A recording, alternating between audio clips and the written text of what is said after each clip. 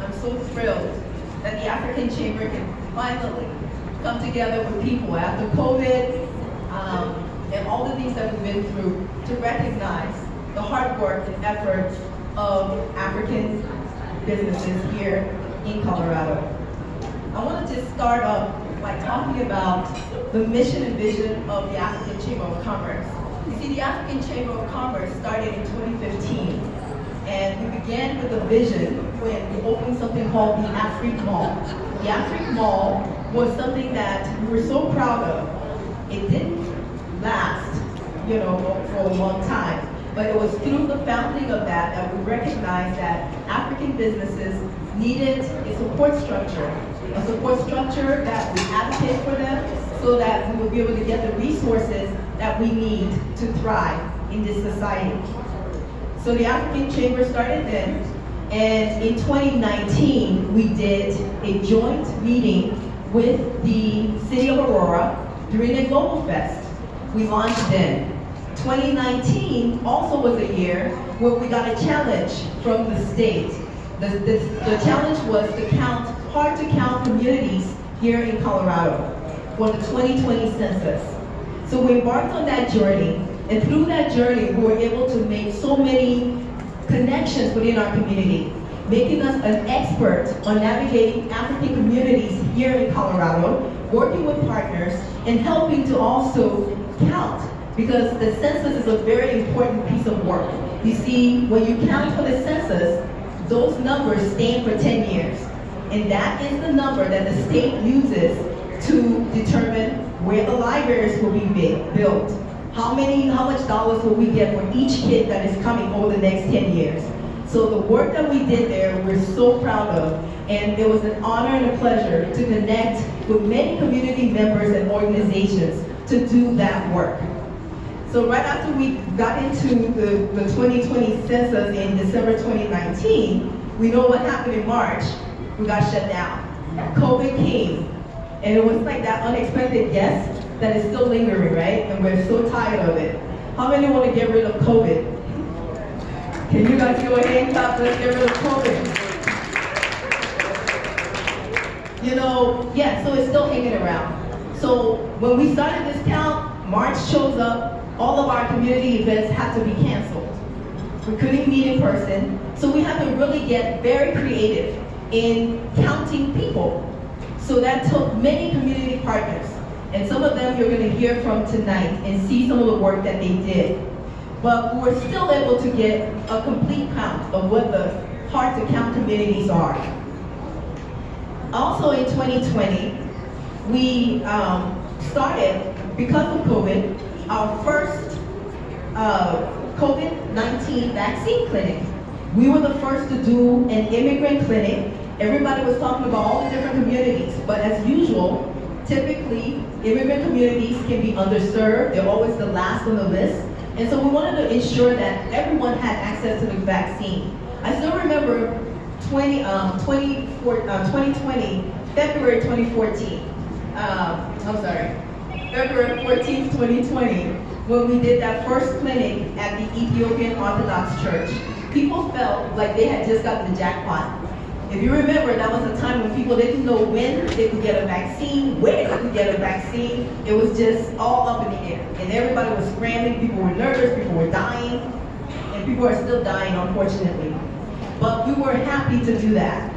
So coming this February marks a whole year of us doing these vaccine clinics, which are equity clinics. To date, we have vaccinated over 6,000 community members. We've held almost 100 vaccine clinics, and we continue to support our partners in that work. Tri-County Health, Colorado Department of Public Health, and also 9 Health. So we're very happy to have worked with them. In 2021, we still have been doing COVID vaccine, but I want to talk about 2020 because when COVID struck, small businesses had to close down. And it was during that time that the African Chamber really became very important. We became important because we started to do weekly town halls that provided resources to people who didn't know where to turn for food, for electricity bills, for their mortgage payments, for everything, because they were just lost. Okay, nobody knew where to go, where to turn. Nobody had been through anything like this. And so we provided and was a voice for people. We held so many town halls. We hosted the governor of Colorado. We hosted the city mayor. We hosted the immigrant affairs people from Denver. We hosted so many community members with resources. In 2021, we continue to do clinics. And now, as we move into 2022, I can't pass 2021. 2021, we also held our first investment conference on the continent of Africa. Yes, thank you. Please clap for that. This conference was important because it was during the bicentennial celebration of the 200th year of Liberia's founding. I'm from Liberia, so I'm partial, but it was an incredible time. At this conference, we took investors from here, the US, took them to Liberia. They were able to learn about the different sectors where they could invest in gold, in mining, they could invest in tourism, and they learned a whole lot about some of the opportunities that were in Africa, especially in Liberia.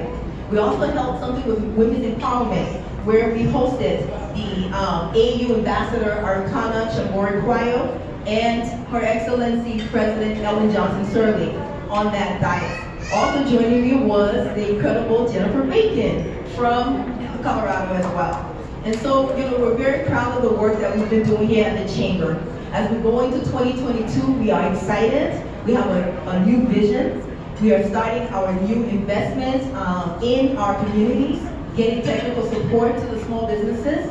And with that, I want to announce our microloan program, which is going to help small businesses with loans from $2,500 to $15,000. So thank you very much for that. We're excited for the partners in this. We're also working on workforce and supporting small businesses. I thank you all for being here tonight. This chamber work is a work of passion for us here at the chamber. We want you guys to get involved. And on your tables tonight, please make sure that we have your information. You can scan the QR codes on your table. You can make a donation. Anything helps, but it does take money to do the work that we do, and we ask for your support. And for many small businesses who were not nominated this time, don't worry, we'll be back again next year. And when we open up the nominations, you guys will all know. You can all try. But tonight, I'm excited to see who wins the awards tonight. So without further ado, I'm going to call Portia back up, and we're going to get started with our award ceremony. Thank you so much for being here.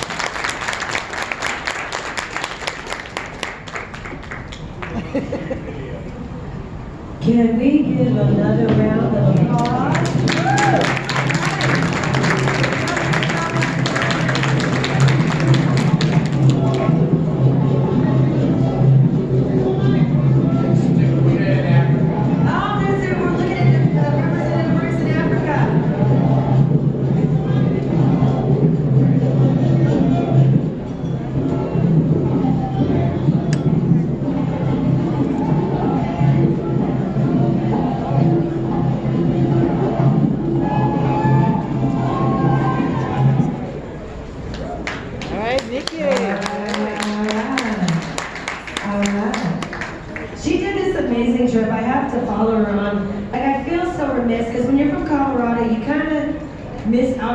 Chapter of culture in other countries, and to follow our representative and some of her journeys to Africa, it's just like amazing to me. So I'm happy, again, I'm Portia Prescott.